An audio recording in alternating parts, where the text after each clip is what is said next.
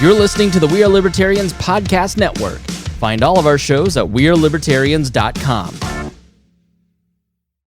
Now at Verizon Business, every business can get the new Samsung Galaxy S25 Plus. Whether you're a new customer, loyal customer, or returning customer, this one's for you, you, and you on America's most reliable 5G network. Get the new Galaxy S25 Plus on us, powered by Verizon Business.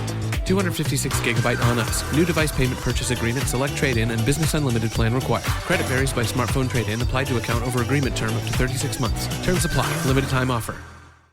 Oh, it's such a clutch off-season pickup, Dave. I was worried we'd bring back the same team. I meant those blackout motorized shades. Blinds.com made it crazy affordable to replace our old blinds. Hard to install? No, it's easy. I installed these and then got some for my mom. She talked to a design consultant for free and scheduled a professional measure and install. Hall of Fame son. They're the #1 online retailer of custom window coverings in the world. Blinds.com is the GOAT. Shop Blinds.com right now and get up to 45% off select styles. Rules and restrictions may apply.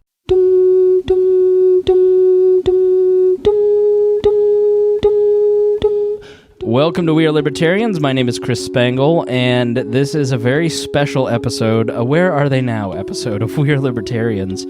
It's funny to think about the history of the show, and I was just catching up with Joe and his wife, and they've been there almost since the beginning of the network, and that was 2012. We're approaching our 8th or 9th birthday. I can't do math. And it's funny to see all these people come out of WAL and be successful. Joe Ruiz is one of them. Joe, welcome to the show. Hey, thanks for having me. When's the last time you were on a WAL podcast? I don't know. I'm going to guess episode 100. It can't have been that long. Well, you did Cap for a while. Yeah, we did Cap for a little while, but We Are Libertarians, I feel like it was episode 100. It's when all of us were together at your apartment. And Maya busted in with an automatic rifle. And Mickey said, I'm never doing that again. People showing up with guns. Maya, I've lost touch with by both of our choice, but she's in Colorado doing okay. And then, it's funny. It's Jeremiah is really one of the last people who is still around. Galt is still in some of the groups, and he loves to get angry. He's real into the coronavirus stuff. What do you mean by the coronavirus stuff? Well, Joe, you may not have heard this, but coronavirus is a man-made creation that escaped a lab, and it was sold by the American government to Xi Jinping to kill off the Chinese. Some have even gone as far to say that mandatory vaccines in China have allowed the activation of the death of... See where I'm going with it? It's just... There's a real conspiracy This theory? is what these people really... But this is what Alex Jones is pushing. Mickey and I went to lunch before the show, and I said, what if this whole coronavirus thing is just like a Chinese-made thing to like for population control? And I didn't realize in that I was saying it in jest, but that there was a real conspiracy theory out there. So I saw a... Gosh, let me look this up because it's so crazy that you won't believe it. This was from a Boulder County moms group. The Chinese were all given mandatory vaccines last fall. The vaccine contained replicating digitized controllable RNA, which are activated by 60-millimeter 5G waves in conjunction with the smart dust that everyone on the globe has been inhaling.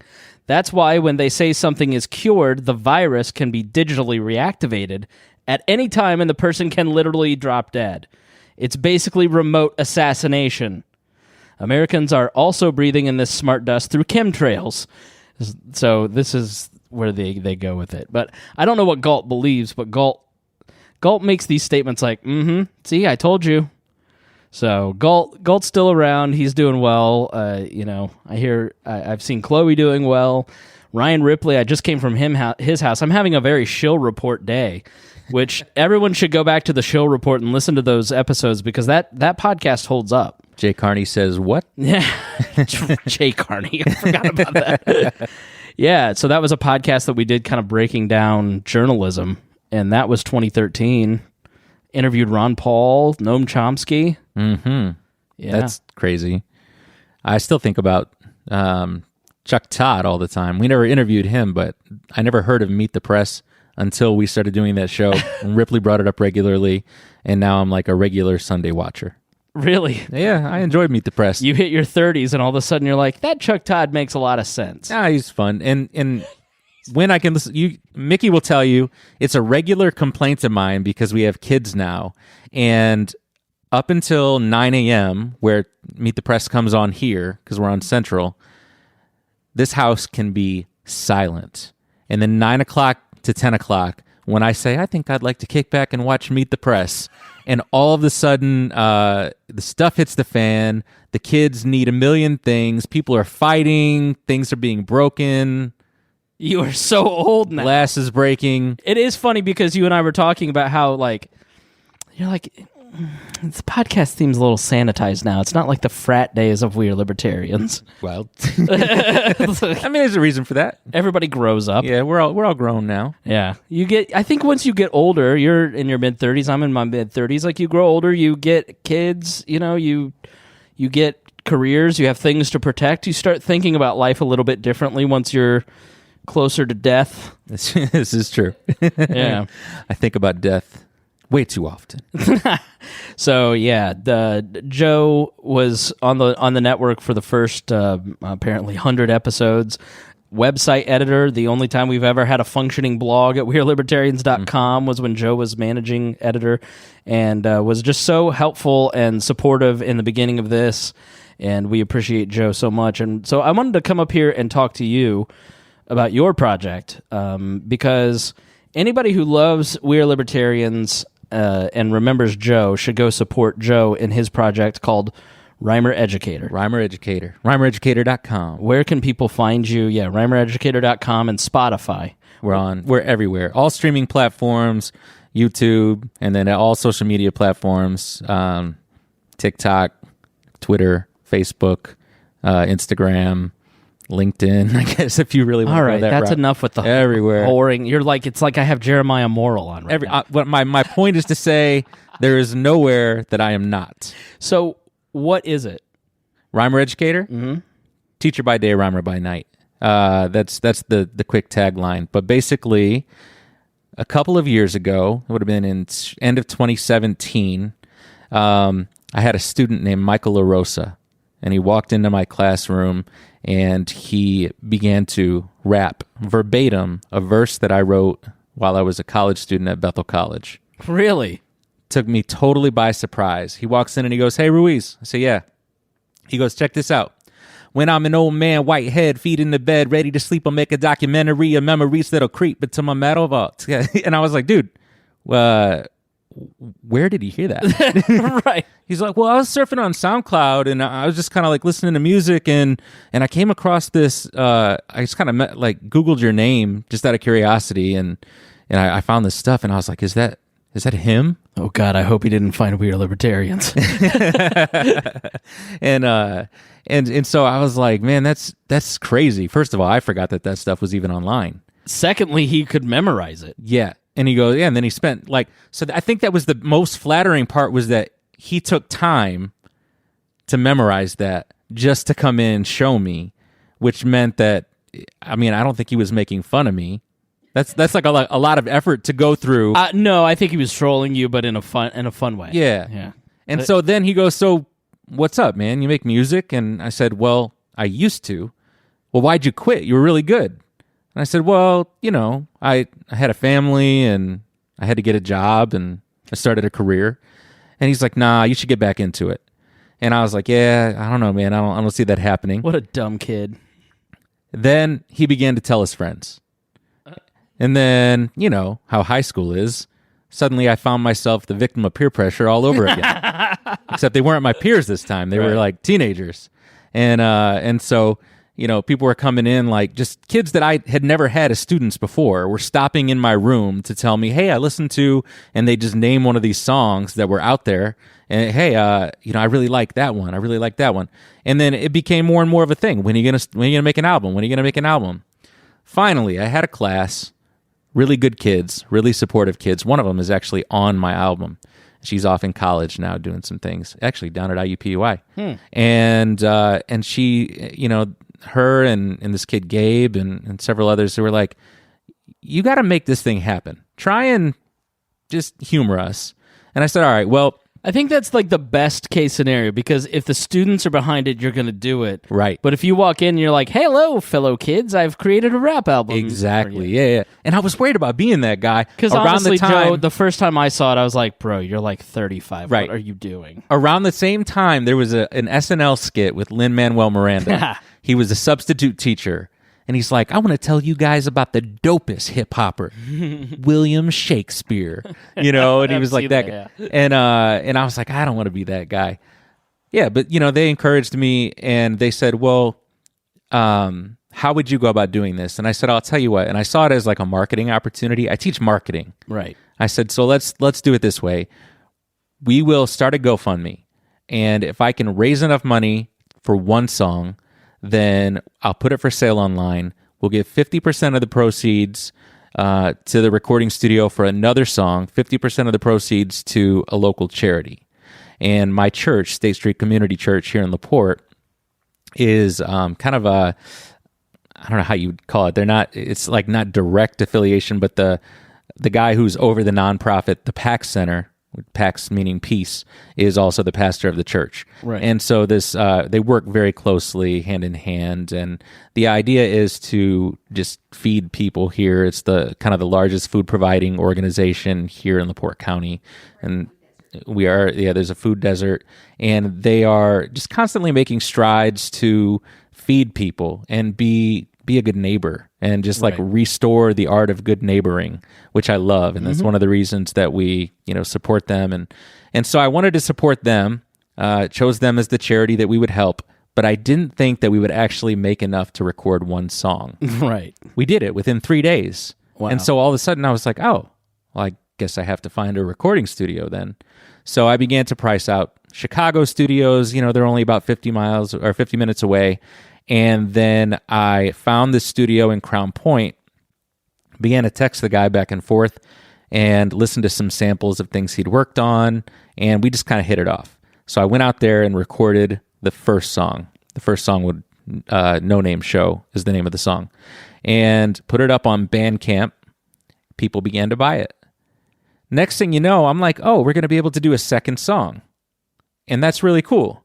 And so I'm thinking, well, maybe if the momentum continues, we'll be able to do an entire EP. Mm-hmm.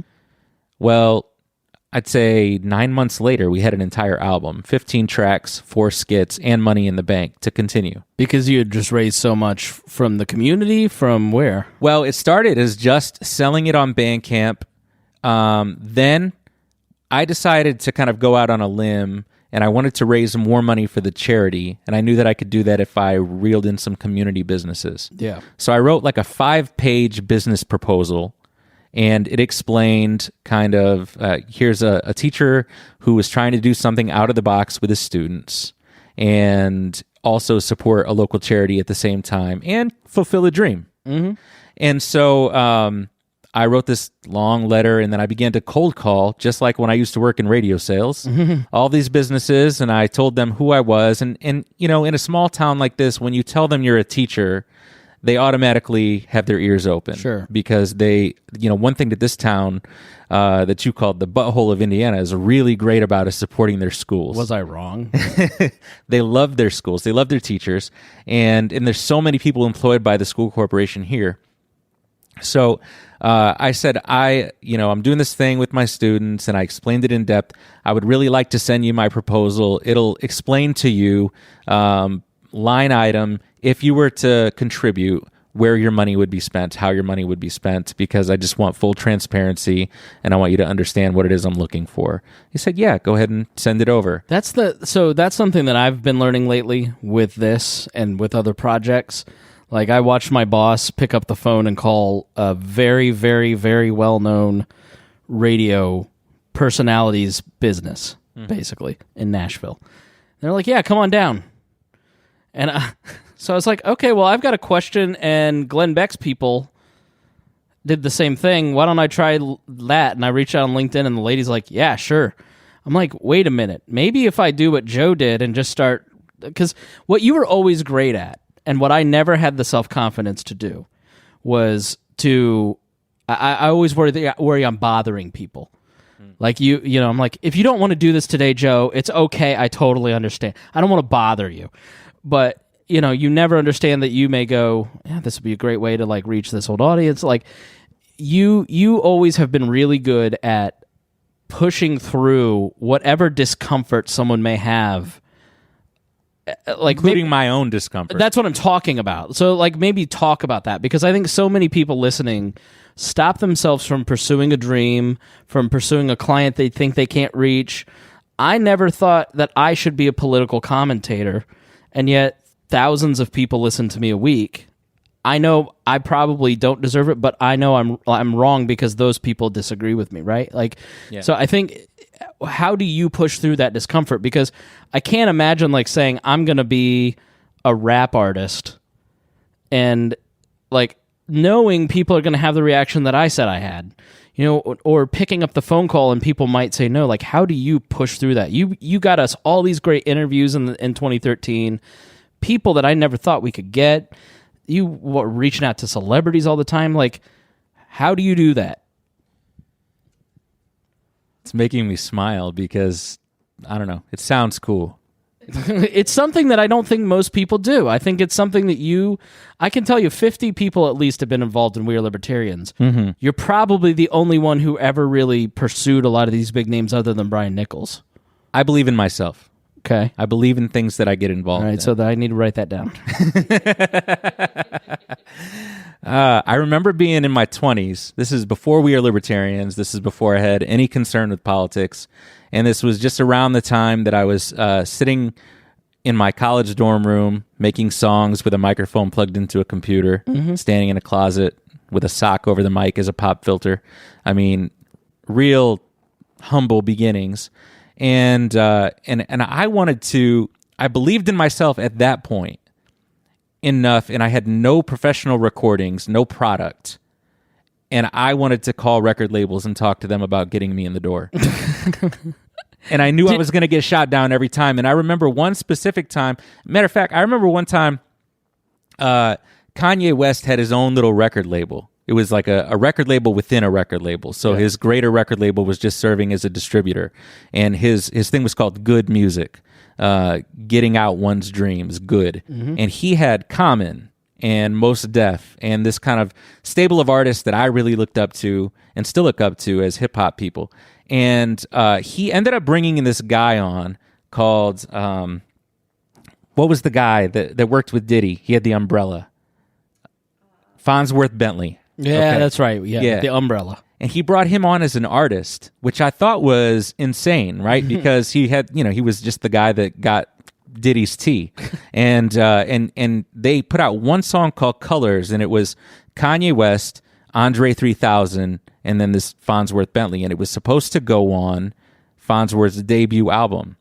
Well, this album, because the debut single was so good, I began to really look forward to this release. And then it got shelved, and I had no idea when it was going to come out. And that concerned me. And so as a casual fan... If Farnsworth can't make it, can I? This is like really I couldn't just at whatever the distributor's name was on social media at the time. Yeah. And so I remember calling down, like I found the Atlanta office's phone number of this record label. And I called down there, and I was just, and I was really timid college student. Hey, do you have any idea when that Farnsworth Bentley is going to come out? And they acted like I was inconveniencing them so bad. As you were. Yeah. and they wouldn't give me any information. It was just a really quick phone call. I sat around and stewed on it for like 3 hours. I was so frustrated. And I was like, how could they not give me any information? Fans are like the lifeblood of what they do. And I was just really fed up. And then I was like, well, fake it till you make it. You got to, maybe I need to just call them up and pretend that I am somebody that they need to answer to. Uh-huh.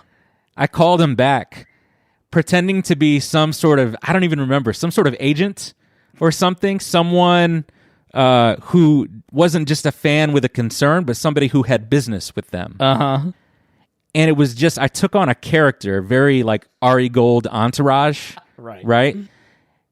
And they were, hold on just a moment. Let me try and see if I can find that answer for you. And they like shuffled through some things, and then they came back to the phone and they were like, oh, it looks like the reason that we haven't had any success with that release is because good music is no longer going to be with our label, and we're not sure what the future of that is. They began to give me answers, and even though I never got the release date, and it was never released, that album, I hung up the phone and I thought, when I acted like I was somebody, they gave me an answer. Mm-hmm. And all of a sudden, that kind of created this feeling in me like, if I believe in myself when I make a phone call, I can like get a response. Yeah. And so anytime that I reach out to somebody, that's the attitude that I take. It's not in arrogance, but it's, I'm calling you with a question because I feel like I have something to contribute in it. And it's more than just, I kind of want to know. Like, I want to know because if I know the answer, then I might be able to create something, some new opportunity. You know what I mean? And so that's when it was seeking guests for We Are Libertarians. I believed in the brand, and I wanted to Past tense. I mean, when I was, I was booking for It's them. fine. I was teasing you. Blushing. Great. I'm glad it's a podcast. I used to believe in this brand. But I wanted it to be something so much bigger. And I knew that the best way to do that would be to associate with people who were already established and well-known. Well, the biggest roadblock that you faced was me at that time, because I didn't have the self-confidence in myself to agree with you. Yeah. You know what I mean? Like, I was like, I don't know. But, like, now that I'm older and I'm a part of the Bob and Tom show, and I'm on the other end of that phone call of fans going, hey, I want to know, you don't realize how close to power you actually are if you just try.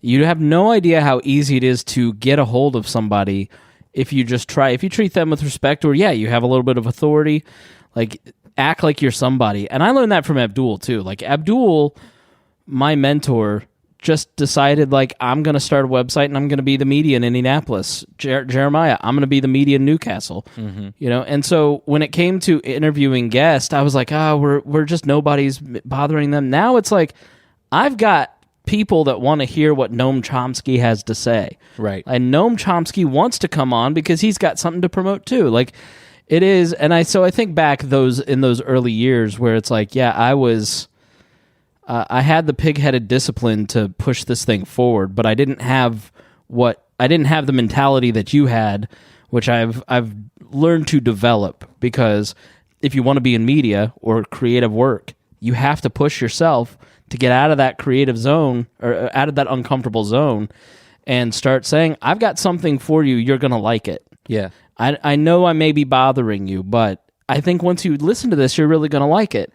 And you have to keep asking, because you don't know when you're going to reach somebody when they're in the right mood. I've been asking people to listen to my podcast for 4 years now, but all of a sudden the Democrats have a primary and I want to know what's going on. So now I'm ready to listen. So I think you've been somebody that has been, I don't know if the word's inspirational, but motivating in that kind of mindset over the years, because you just don't take no for an answer from yourself, which also why I have a wife. Yeah, right. Yeah. I mean, listen, fellas, if you're single and alone, it's because you're not pushing yourself. Oh, these girls won't say. It's because you're not making the effort. It really to ask. could become bad advice at that point, right? Yeah. Like, take no means nobody. Take no for an answer, yes, but when she told me she didn't want to go out on dates with me, I kept asking, and now we've been married for 10 years in May. Yes. You still ask her out? No, I don't want to. So you start pushing through that. You start calling people. You start saying, hey, I'm raising money. I'm doing good for the community. I'm helping these students. And suddenly Get there involved. are businesses in an agricultural community, largely country folk out here. Yeah, northern Indiana. And they are investing in a high school teacher's rap album. All right. When you Hard-earned say it money. that way, Yeah. it is as absurd. Thank you. Yeah, that's crazy. It was crazy to me. To the point that I you couldn't could believe produce 15 songs, which is thousands of dollars, right? Yeah. And we raised like $1,200 for the PAC Center, which was cool. That was cool, because then you look for the spin in that. We literally fed people with music. and I'd love to continue doing that kind of thing, right?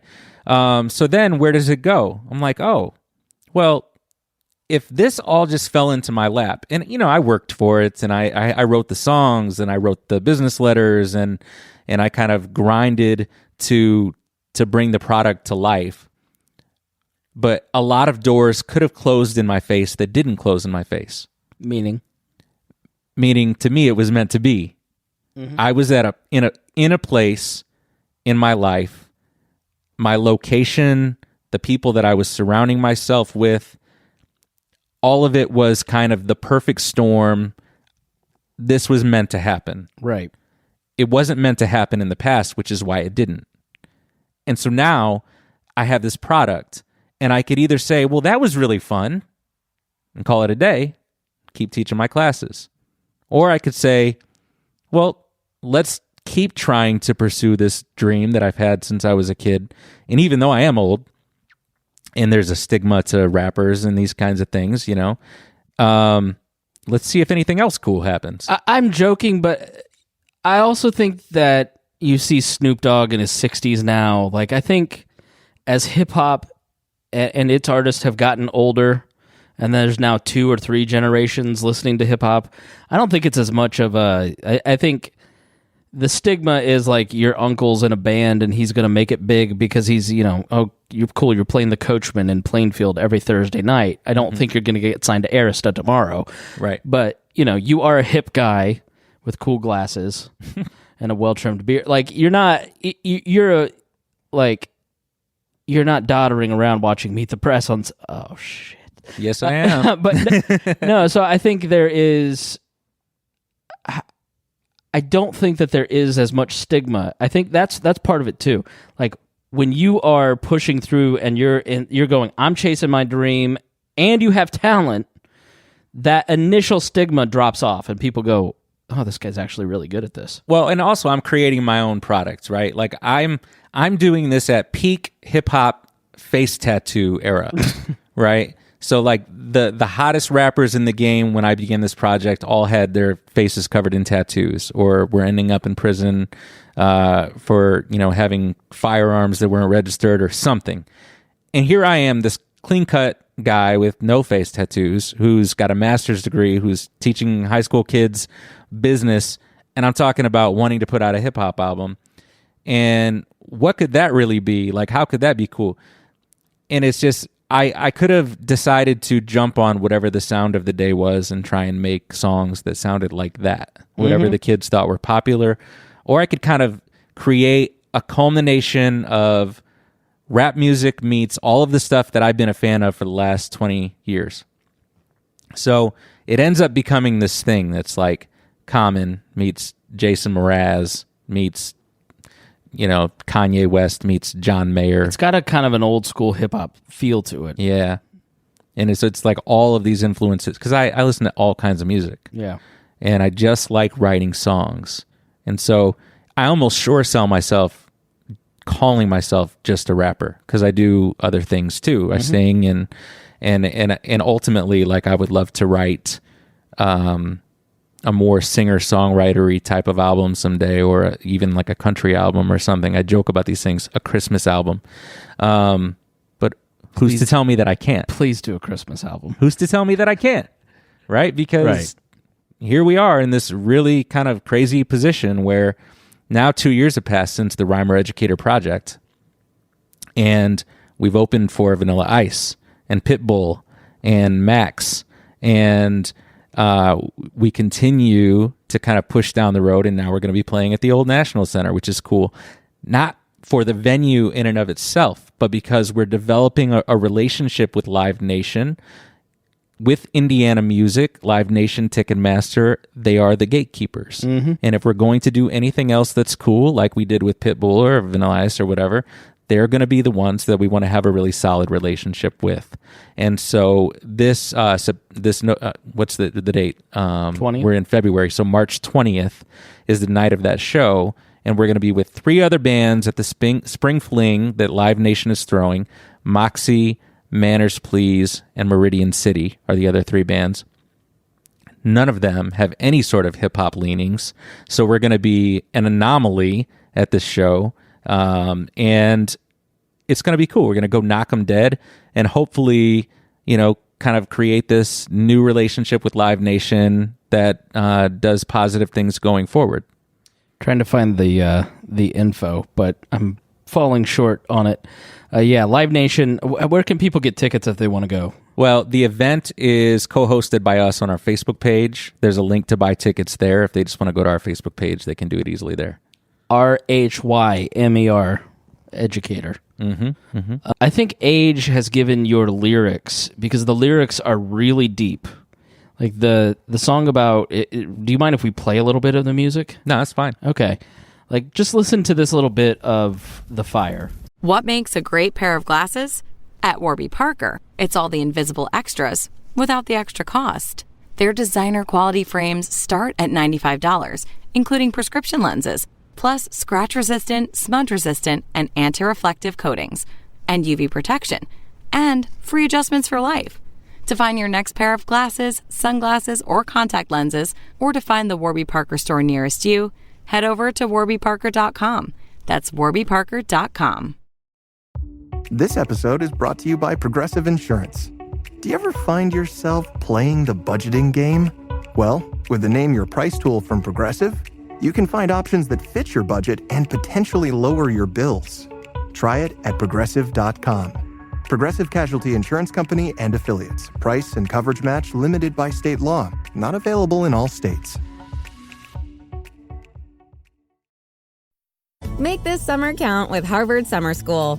With Harvard's free college programs, high school students gain confidence and insight into what college is all about, challenge themselves, and discover new friends. There are over 200 courses to choose from, including college credit courses, so it's the ideal way for students to learn something new, but most importantly, have fun. Visit info.summer.harvard.edu/Spotify to learn more. This episode is brought to you by LifeLock. During tax season, your personal info travels to a lot of places. Between payroll, your tax consultant, and the IRS. If your W-2 gets exposed, that's just the ticket for identity thieves. That's why LifeLock monitors millions of data points every second. If your identity is stolen, they'll fix it guaranteed or your money back. Don't let identity thieves take you for a ride. Save up to 40% your first year. Visit LifeLock.com/podcast. Terms apply.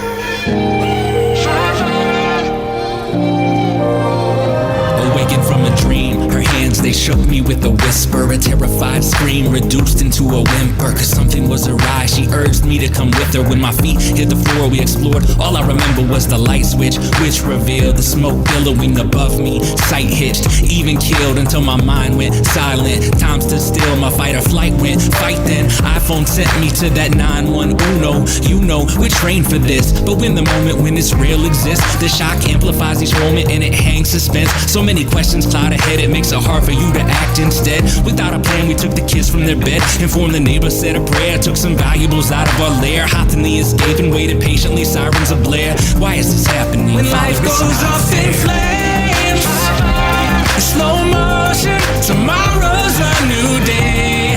But you feel broken and everything could change. Here's to hoping that everything's okay. She was safe in Jensen, now we're in the clear, son. They sat in the rear seat, thankful that I'm not Jack Pearson. The trucks arrived, the end is near. Somebody tried to tell me there was nothing to fear, but since our physical bodies were safe, I thought of several ways that I could be afraid. Like, what does it cost to be saved? It's almost 1A until the next day. No insurance company could answer to how we gon' pay. Questions which meant no assurance. I need a blessing beyond at least we're all alive. How does my family thrive when all belongings, everything we've acquired in life is subject to be cloaked in smoke? What's the damage inside? I saw them open the side door from the basement. More haze rose unfazed. They made their way in to the stairwell. Take care, well, the smell seems dangerous to inhale. My when life goes up in flames. When you listen to that, you clearly hear a depth of emotion that it takes. If you're a writer, a podcaster, a movie star, a musician, it takes a lot of years to develop the comfort with your own feelings that you, A, can sense those feelings, and then B, express them in a way that's organized, clear, and moving. And that song in particular, to me, I think shows a depth that you probably wouldn't have had if you had started when everybody says you need to have started. No, if you would have seen me in the songs that I was writing in college, the lyrics were, I was trying to write exactly what was already on the radio. And there was no personal story behind any of the music. And I'm at a point now where I'm pushing myself to be more personal to a fault, you know? People are like, how many songs are you going to write for your wife? But, you know, she inspires me.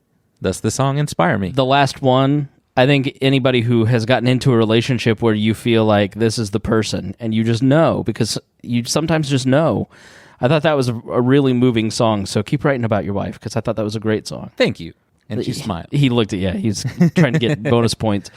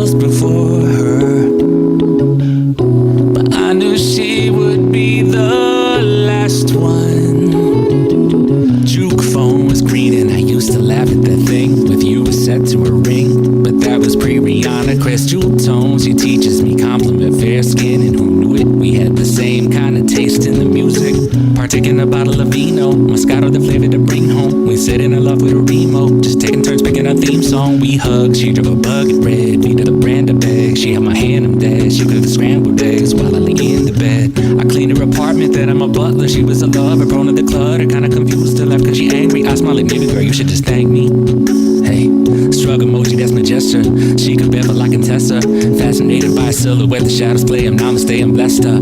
How can I do any better? Well, I'm guessing I couldn't. Guess I'm investing my footing, planting my feet where I'm likely to see my love put it. Inevitably, my destiny should be blessed from Lucy, she cookie, yeah. I met a lot of girls before her, but I knew she would be the last one.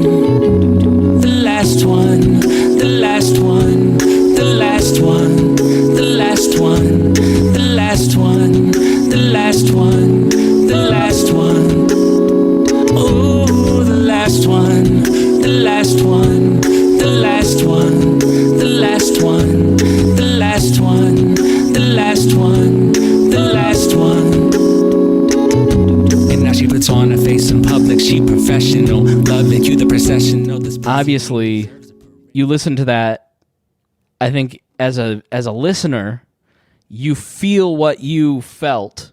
You're able to portray your emotions in a way that it takes a long time to get a creative voice to be able to understand those feelings and share those feelings. Well, I'm pushing myself to be more personal, sometimes to a fault, like I said, and The Fire in particular, and I haven't had an opportunity to talk and actually tell the story of this song or some of the other songs, so this is great. But The Fire, Mickey has a super nose. She smells everything. And joining us now to defend herself is Mickey, Joe's wife. There's no defending. It's true. I do have a super nose, but in this particular case, I was pregnant at the time, so it was like super duper. Yeah.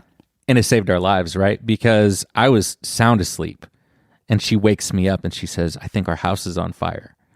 And this was before the smoke detectors even went off. Yeah, before the smoke detectors. So I get up and I'm just like, and I'm looking around and I'm like, I don't see any fire. Something smells. And so I get up and start searching the house. We don't see any flames, but then I flip my light switch on in the bedroom and I can see smoke coming through the vents. Black smoke just starts circulating through the house. So it's coming from the basement, and there was a dehumidifier down there that just spontaneously combusted. We didn't have much else down there, just Christmas decorations. Very fortunate. It's a Michigan-style basement. It could have been much worse. But the smoke is just going through Billowing the entire through house. the house. And so, we called. But we didn't know it was in the basement at the time. So we don't know where the smoke is coming from, where the fire is. Yeah. So in this moment, we're trying to get the kids, we're trying to get the dog, we're trying to find car keys, and it's in the middle of February. So where's people's, and you don't think about this stuff actually happening in the logistics of getting your babies out of bed and getting coats and shoes, and because they're little kids at that time. They're little. Right. Yep. So, yeah, you can go on. So we get everybody out to the car. Mickey takes the kids to my mom's house, and I sit there with the firemen. Are coming. Yep. They're doing their thing. And then there's just a lot of what ifs running through my head. What is this? Are we not going to have a place to live? How long does this take to deal with? Blah, blah, blah, blah, blah. How bad is the damage? I'm trying to get a substitute teacher for the morning because I know I'm not going to make it to school that morning. And also that means that I need to have plans for that sub when they come in. So I'm talking to firemen, lesson planning, and doing all this stuff at 3:30 in the morning. Right. Trying to figure out how my next day is going to go. And then they told us, it's going to take about 3 months. What is it, about 3 months that it took them? It was 2 months. 2 months. But they were still doing work for the last month. But, to restore everything, smoke damage. Nobody really knows. I didn't have any idea how much damage smoke can cause, and just the toxic fumes that were in the house from the plastic in the basement and all of that. They had to tear up, drywall and clean it out and new paint, and then so it was. So we're at this really weird place, right? Where 2018 was this year where all of these really good things were coming at me, and at the same time, all of these really bad things were coming at me. And so it just felt like I was being attacked in some way, where I could quit Rhymer Educator, which is all the good things that were happening to me at the time, creating this album, this dream kind of coming true. And then the house burns down. Mickey's pregnant. Well, sorry, the basement. The house did not burn down. Hey, it's a better story. This is a podcast. They don't know. Never let the truth get in the way of a good story. Rex Bell. That's right. Mickey's pregnant. That's exact. I get that too. You're exaggerating. I never know what to believe. Mickey's pregnant, and we have this vacation planned. We're supposed to go down to Houston to visit my dad. Right. And then we end up stuck in a house, living on an air mattress at my parents' house, while our house is kind of being cleaned up. And I'm pregnant. And she's pregnant. On an air mattress. For months. With in-laws. With in-laws. And we feel like we're not at home. Well, we weren't literally at home, but you had to tiptoe around, walk on eggshells. Yeah. You're in someone else's space. There's a discomfort. And a pregnant woman needs to be comfortable, And so then we go on this vacation. We take this ride down to Texas, and it's just a stressful trip because we have not been in a comfortable space for a while, not having been in our own home. And then we drive down there, and on the way back up, Mickey's water breaks. Now, let's back it up a little bit. So it wasn't I'm 26 weeks pregnant at the time. It didn't just that's burst. too early to have a baby. It didn't just burst when people go into labor. It wasn't I Love Lucy, right? Something was going on, and I was, something's off. She knew something was wrong. So as soon as we got home on a Sunday. I had a doctor's appointment before going to work on a Monday. And they're like, just come on in before you go to work and we'll check everything out. Come to find out, my water broke. And so they immediately rushed me to the hospital because basically in cases like this, the baby's going to come any day. It's very hard once you've ruptured. They can't close it back up. And so, for all those of us these who are childless, when the water breaks, we think I Love Lucy, the water breaks, the husband runs around, trips over things, grabs what does the water break? Does that mean that something has unsealed? You have the baby's inside of this nice warm placenta. It's really gross. All those nasty words. And the amniotic fluid is dripping. Okay. This is really disgusting, No, it's okay. by the way. This is like Anywho, The baby wants to come out. this is not what's supposed to be happening. it's So Chuck Norris sits way right through And he's way too early. Yeah, way too early. 26 weeks. There is a full pool of water, and the baby wants to come down the water slide. And 36 weeks is normal, right? No, 40 weeks is 40 weeks, typically okay. how long people carry. So anywhere from like 38 to 41, typically is, So I am hospitalized. They're not letting me out until the baby comes. So that could be anywhere from 1 day, 2 days to months. Wow. And I'm an hour away from home. I'm in a city that Different time zone. Different city. Was not planning on it. We had nothing bought for the baby. We had 2 other children at home. So now Joe, with not knowing what's going on with me and how long, so I'm on steroid shots, I'm on IV antibiotics, and we're just kind of preparing for this baby that's going to go directly to the NICU that may or may not, Live. I had a fantastic doctor. So I ended up living in the hospital for almost 5 weeks. They kept the baby stayed where he was supposed to be, but I was bed rest, like can't move, nothing. It was a very stressful 5 weeks. Oh, for sure. She's trapped. She's getting cabin fever in this hospital room. And at the same time, I'm out of my element. I'm waking up in the morning. Because you're in what city? I am in, do they consider that Mishawaka or Granger? Mishawaka. Okay, Yeah. So you're how far away? 50 minutes. 45 to 55 minutes, depending on traffic and time of day. Which is still significant. And they're an hour ahead of us. Yeah.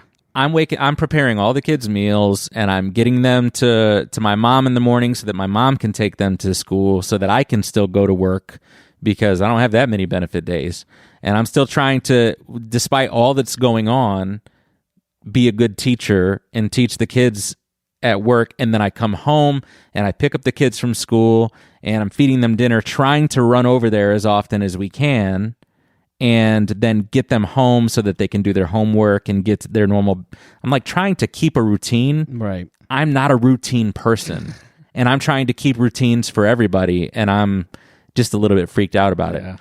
So at that time, to tie it into music, I could have easily said, okay, there's just way too much going on. I can't do this right now.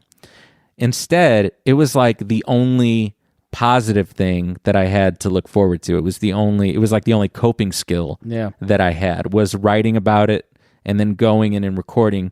So we wrote a song called Drake Isley about our son Drake and about my wife's time in the hospital. I made it to 34 weeks. I think that's important. Yeah. Which is pretty good. So then he only he spent a few weeks in the NICU at that point. Yeah. But he's healthy, all good right now. Oh, now he's great. Yeah. Now, he's a little monster now. Oh, yeah, he's something. Tornado. So let's hear a little bit of the song.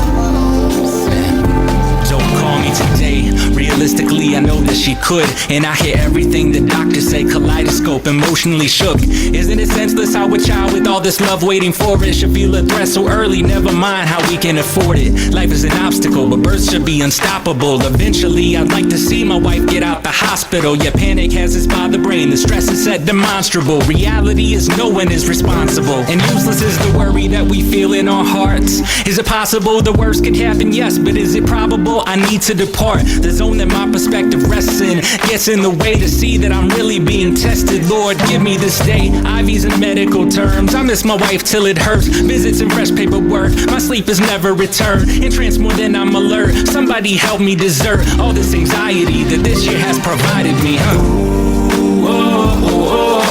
need you to. I want you to. I need you to come home soon. Said I need you to. I want you to. Said I need you to come home. Did I make a mistake thinking that I could do it all? So what you guys just told me was logistics. Okay, what you just told me was the logistics of the situation where you're at and where he's at. What I hear in the song, Joe, is the emotion, which is a bit of the therapy part that you're talking about, that coping. And the first time I heard it, I was like, yeah, this guy is journaling what he's feeling in a significant way. And that's a really uncomfortable thing to put those emotions out there for people. What has been the reaction to that song? So what I learned from The Fire, to go back, because these two songs are very connected, is The Fire, which we think was the stressor that triggered the pregnancy complications that became Drake Isley. So that being a triggering point, what I learned from that was I ended up in therapy, literal therapy, because once we got back into our home, I was worried every time we left that I'd left the stove on. And I wasn't home, remember, because I'm in the hospital now. The kids and Joe are back in the home. He's not able to sleep because replaying over and over that night. And Joe, if I remember correctly, is a bit of a worrywart. No. Really? No. Not. I'm usually chill. She's the worrywart. It's me, not him. Okay. So I was obsessing over this situation with The Fire, and I ended up working with a therapist and just replaying the situation over and over and over until I was essentially desensitized to it. Called EMDR. Yeah. It's very good for post-traumatic stress disorder. Yeah. I went through something similar called CBT, cognitive behavioral therapy, where for me, my traumatic instances, you talk those out, you relive those, and then you spot the thinking errors that are connected to that. And then you flip them. I mean, therapy, if you are struggling, if you don't have an attitude of positivity, optimism, looking forward, go to therapy. Just talk it out. It really is truly, truly helpful. Really is. And so amidst my therapy sessions, which were just once a week, I was writing, recording, and then doing a music video for The Fire. And the music video came about because the guy who had been recording me, he said, hey, I want to start offering music videos in studio to my clients, and I need something in my portfolio to show them, to incentivize them to record one with me. Can you be my guinea pig? And so I got to record a video for The Fire, which was cool. Like I said, things just kind of were falling in my lap where the music was concerned. Is that the video that's on Spotify? That's the video that's on YouTube. You can look up The Fire by Rhymer Educator, and there might be a clip of it on my canvas on Spotify. Okay, that's what it was. Okay. And so, yeah, there's a music video that has real pictures of the night of the fire and tells the story of that kind of event for our lives. So then, not only was the Mickey being in the hospital a big stressor for me, but imagine how much of a stressor it is on our small kids who don't have mom at home. Mm-hmm. So when we did Drake Isley, I had written this song, but I got them in the studio and they sang. And so, you're saying it's me journaling grief or whatever this is, but our kids got to let some steam off too and get in there and record. Both my daughter, who's got a big vocal part on the song, and even my son is in there. You can hear his little voice saying, come home soon during the song. And how old was he at the time? He was 6. Mm-hmm. So it's a family affair, and we're all just wishing mom was home and wishing the baby was home, and we turned it into art. That's what I really like about, I don't know if I listen to an album or like, Spotify's one of those things where like you turn on the first song and it just plays all the songs. Yeah. What I really like about it is that maybe it's because we're the same age in the same sort of geographic location. Like it speaks to me where I'm at now. It's like what's the song about arriving? Oh, Destination. Yes. Where it's just like, what if let's just play a little clip of this song. It's like we get so hung up on the destination that we forget to look around us and see that we've arrived. It's like we get so hung up on the destination.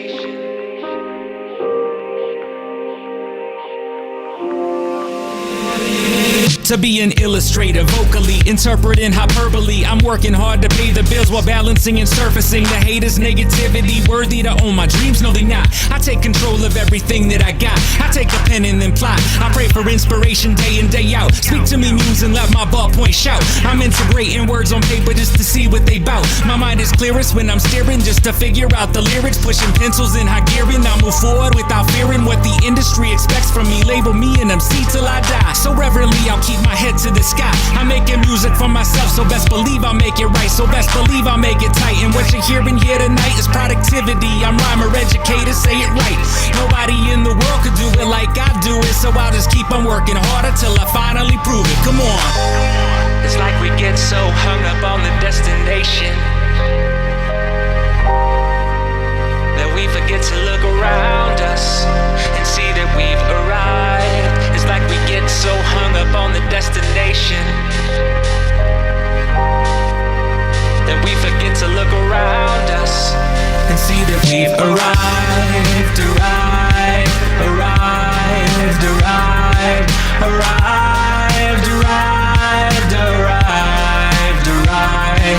arrived, arrived, arrived, arrived, arrived, arrived, arrived, arrived, arrived. Not a celebrity, but ready for the currency. I feel a sense of urgency in music for someone that puts his heart in his work. My heart is beating and the bass is alert. I feel a newest sense of breathing when the pain is endured. Just like a newest sense of seeing when the canvas is blurred. Just like a newest sense of speaking, words are properly slurred.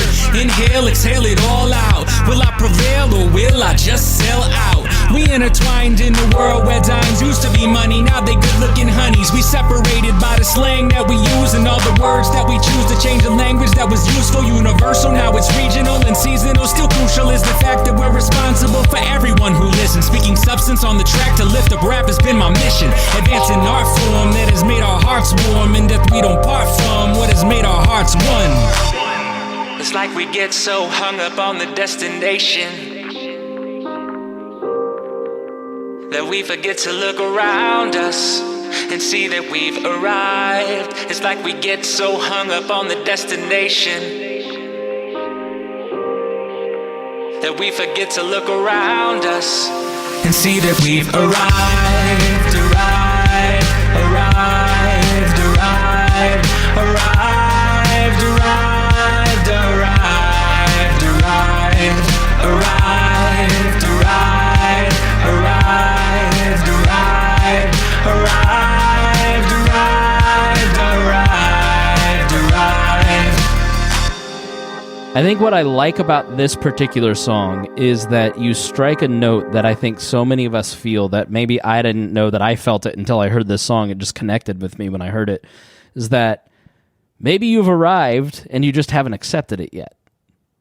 That was connected also to all the stuff that was going on, where when Mickey was hospitalized, there are people from my church who are contacting me. They're checking in on me. They're bringing us meals in some cases so that we have one less meal to prepare and we can get out to the hospital for an extra trip, or we're not living off of fast food at the time. And there's people taking care of me. So in the song Drake Isley, when I say elated by the sympathy that my community brings, that's because they were literally reaching out and taking care of us and doing what I feel a church is supposed to do, which is just good neighboring. You know what I mean? Taking care of one another and loving each other. And I've always been the kind of person who is very like, the grass is greener on the other side. One day I'm going to get out of Indiana. One day I'm going to get out of LaPorte. One day I'm going to get out of wherever I'm at, or I'm going to go do something else, or it'll be the next job that makes me the happiest, or whatever. And that was a moment, and I still may move somewhere warmer. I still hate winter. But at that moment, I realized how fortunate I was to have a network of people who really seemed to care. And I don't think I could have done it without them.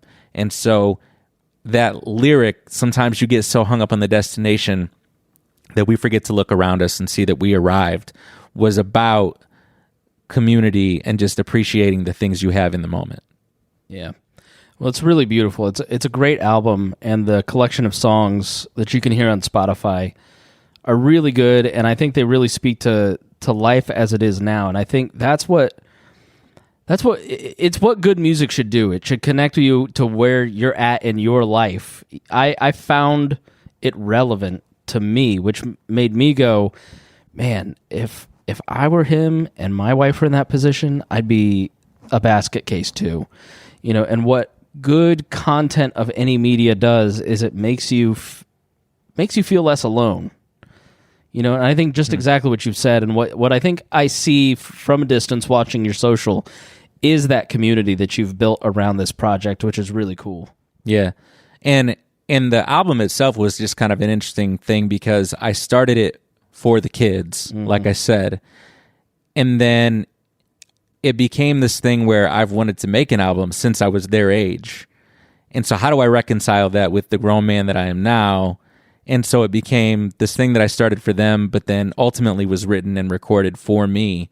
And it was almost looking back on it, and I don't want to say that those situations were anything good because they were nothing but stress, but what they forced me to do was make the album personal. And then the kids, some of them think it's cool that I'm doing what I'm doing, but ultimately, like, then I was no longer speaking to the things that they could understand or comprehend. It was more speaking to people like you, right? Who understood family and you know, responsibility and social responsibility and community and these other things. And now I'm trying to take that product and the things that we've created after to just develop a brand, Rhymer Educator, that's music, public speaking. I've done a couple of those engagements and I'd like to grow that. Ultimately, writing, and just an entertainment type of thing that is about bringing joy through love, music, and conversation. Yeah. And ultimately, I have this idea. I haven't really said it publicly yet, but I will say it here. To the woman who kind of helped me desensitize myself after the fire by replaying that situation over and over again, I've thought to myself, it would be cool to help other people who are grieving or suffering through trauma to take their situations, their bad situations, their awful stories, and turn them into a song so that they could hear that the way that I heard the fire over and over again to help them cope. So what's stopping you? Nothing. It's in the works. It's just one of those things that it's not off the ground yet, but it's going to happen. I feel like Barbara Walters. I got a scoop. No, it's going to happen. Yeah, you definitely got a scoop. No, I haven't said that anywhere yet. I think that's beautiful. I think it's great because sometimes people need others to, you know, I used the example about somebody else earlier. I'll just say, I mean, Greg, who was a former co-host of the show, you know, when I was going through my divorce, Greg was the lighthouse when I was in a fog.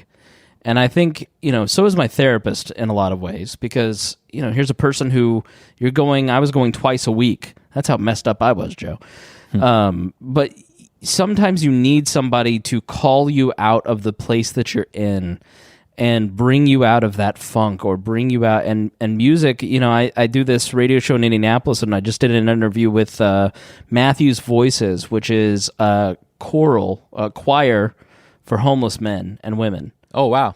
And so this thing is the bright spot of their entire week. Sunday at 1:00, they get into a community of people who are singing music and uplifting and bright, happy songs.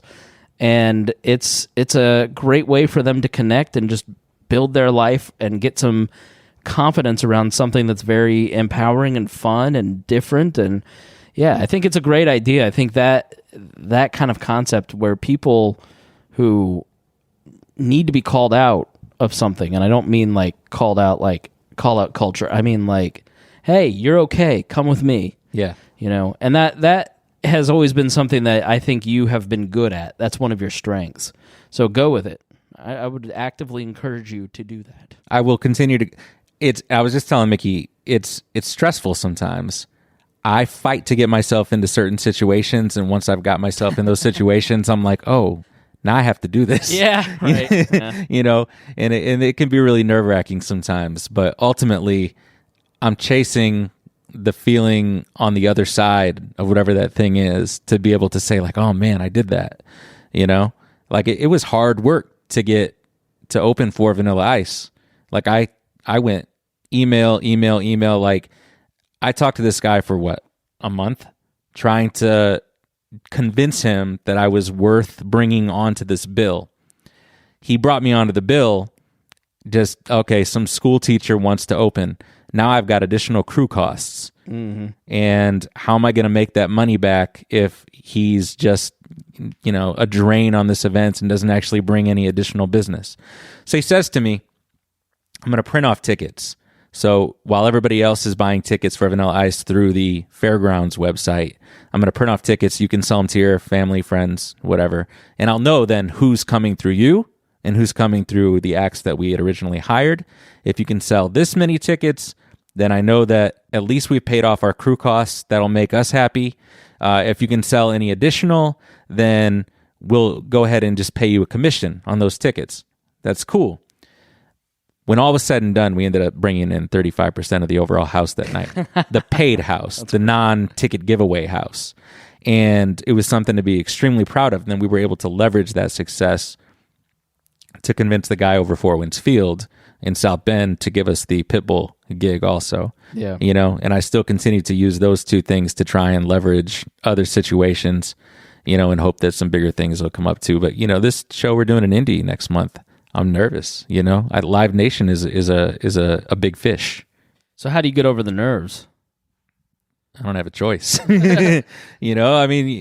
Sink or swim. It's sort of, so people always, I've done a lot of public speaking. They're like, how can you get over the fear of public speaking? You can stand there and make your choice. Am I going to go, right. Or are you going to stand and deliver? I think, and so a lot of this is sort of what with Wall too. It's like when you're building a platform, when you're building something that means something to other people, like it's great to have a relationship with the two of you because of We Are Libertarians. Most of my friendships and all of my girlfriends have come from We Are Libertarians in the last 8 or 9 years. And we've built a community. People like Chris. That makes you the singular libertarian who's met girls through libertarianism. Yes, that is the only one. No, but I like the community that comes around it. Not just, getting messages from listeners saying I'm a better dad because of listening to the show. Yeah, is truly humbling. And if you can build something great. And so I would just encourage anybody, as from my experience in doing this, Joe's experience in doing that, if you've got an idea, do it. Because when you pursue a creative idea, you end up building a community around it that just really feeds you. It feeds them. It really is an amazing thing. And you start off talking to nobody. Joe, we were talking to 72 people at the first year of We Are Libertarians. Like when we got to 72, I couldn't believe we had that many people listening. Right. I didn't realize we could. You used to joke our tens of listeners. Yes. And the reality I think is you get those little moments like you're having where, all right, I got Vanilla Ice. Mm-hmm. And then, okay, I got Pitbull. Okay, I've got the Murat. And then you look back and you go, wow, remember when I got Vanilla Ice and how big of a deal that was, J-Lo? Yeah, so I would just encourage people, as we start to wind down, Joe, maybe give some encouragement to people too. You've got a dream, chase it, do it. Absolutely. I do want to make a tie, since this is the We Are Libertarians podcast, and just say that if you look at the Rhymer Educator project, that was people in a community of their own volition propping up and supporting somebody who is trying to do something special. It was kind of libertarianism at work. Mm-hmm. So, give credit there. And also, I tell my kids all the time that there's no putting a timestamp on a dream. And I continually want to be proof of that. And now with everything that I do, no matter how big it is, once that's over, I have to come to this kind of crossroads where I'm like, now that that's done, is that going to be my Uncle Rico moment? This is a Napoleon Dynamite reference where I'm, throwing the football to the mountain and just talking about how cool I was in high school. Or am I going to even find something greater to do? And I find myself challenging myself to get better and better and better and do bigger things, because I don't want to just be that guy that's constantly looking backwards. And the more you do it, the better you get, and the more you prove those people wrong. And what people don't get, somebody's always going to laugh at you. It doesn't matter what you do. There will always be somebody laughing at you. It doesn't matter. Even if they're laughing at you, mean, their attention is on you. They're at the moment that they are jealous. laughing or making jokes. And as an entertainer, I suppose that's something in the W column. Yeah. Well, they're jealous because they don't have the guts. Yeah. Yeah. Mickey, I mean, Joe comes to you and says, I want to be a 30-year-old rapper. Like, did you go... Well, when we first met, he was doing bar shows. Yeah. Really? Yeah. And so it wasn't any... Here's what it boils down to. Joe has talent. And I'm not just saying as a rapper, as a songwriter. He's very bright. He's a great public speaker. He has many talents. And so when he comes up with these ideas, I never tell him no because he has the potential to get it done. Sure. And so I think, I mean, I don't know. I'm kind of Cammy's your biggest fan, but like I'm your second biggest fan. Aww. But it's more than just music for him. You know what I mean? Like it's poetry. And he's a fantastic writer. And so even beyond storytelling, I know that he's got a couple book ideas, that he's jotted down. And so I will never be the one to tell him, no, he can't do this. That's every independent musician these days, though. Music is not where the money is made, right? Music is just this medium. It's something that I think that we do because we love to do it. But ultimately, if you're going to make any sort of money, it has to be more than that. Yeah. So what can the Rhymer Educator brand become? That's the living question that exists out in the world now. Though I would, for anybody listening, say, if you love the music and you want to continue to support it, I can tell you how to do that. But because I want to create more of it. But also, if you are looking for someone to come in and speak, and I want more of these opportunities. What's your email? rhymereducator@gmail.com. And you can find all that stuff on rhymereducator.com. And the email for booking and everything is down at the bottom. But this is the greatest project of my life in that it doesn't limit me. It allows me to take care of my family, go to my day job, and be that person, but also be something that I've always wanted to be at night. But even more so than just me doing all of these things for me, it has actually allowed me to do a lot of good in my community as well. And then when I do good for my community does good things for me. And so the lesson that we need to learn, and I say this all the time, is that I find that my blessings swell biggest when I am blessing others. And Rhymer Educator that's what it's all about. It's the greatest explanation of libertarianism maybe in wall history, because when a person pursues their passion and when they pursue what they're naturally talented at, they bring in other people voluntarily to contribute to the project, and the community is enriched. And it's all done without somebody being forced to participate. And that's the foundation of libertarianism. So when somebody says it won't work, a free society can't work, yes, it can, because people like Joe are going to make it work. And he's going to be the person that pushes people ahead. And if they don't have the ability, he's going to hire them. So, Joe, Mickey, thank you guys so much for being with us. Joe, one last plug.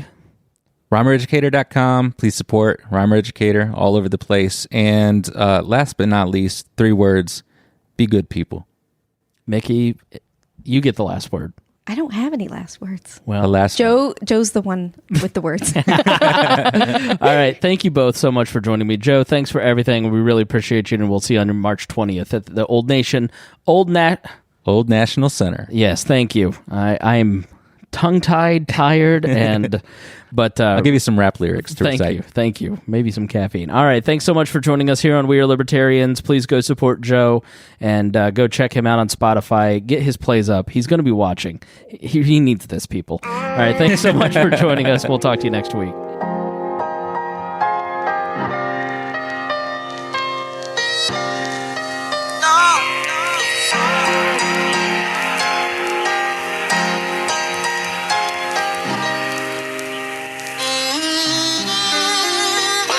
Will I lead? Will I be what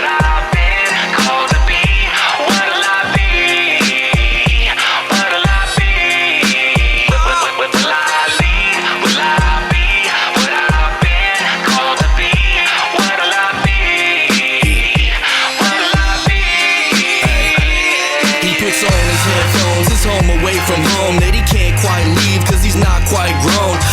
beat hits, speakers start to blast rhymes. He calms down like the eye of a cat. 5 parents don't neglect him, peers don't disrespect him. His heart's not broke, girlfriend didn't reject him. Flipping through the tracks helps keep him on track to focus on the future and move on from the past. Confidence from the hype raps, hope from the light rap, strength in the words, finding courage to fight back. Anxiety, depression, fear, doubt, deception, and self-hatred of an inward projection. If music is the most effective therapy session, crank it up and let it heal, that would be my suggestion.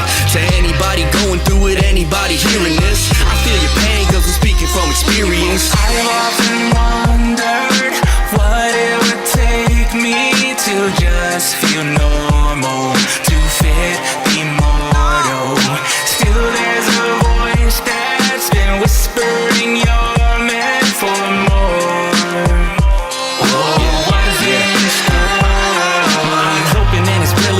Like Marvin Gaye in the rain. What's going on from refrain to refrain? Granted, a masterpiece will treat you that way, but it wasn't really the music that floored. It was more a door to escape. Open the hatch and then descend into breaks. Wait for the scratch to bring it back so that another track will treat you the same. Said I was rude cause I'm not hearing my name. I'm blocking out a world that's less in tune with me and trading it for the fame. You call them earbuds or AirPods, I call them take me there pods. A crown upon my hair that's barely there but lets me sit upon a chair next to our shared gods. Yesteryear, present here, I'd suggest I'm probably the future here. My formidable days were menacing. My self-esteem was low, a Lil Jon call in response. It's not tennis and understand the genre to get the ambiance. Music has been a blessing and saved me more than once. I've often wondered what it would take me to just feel normal.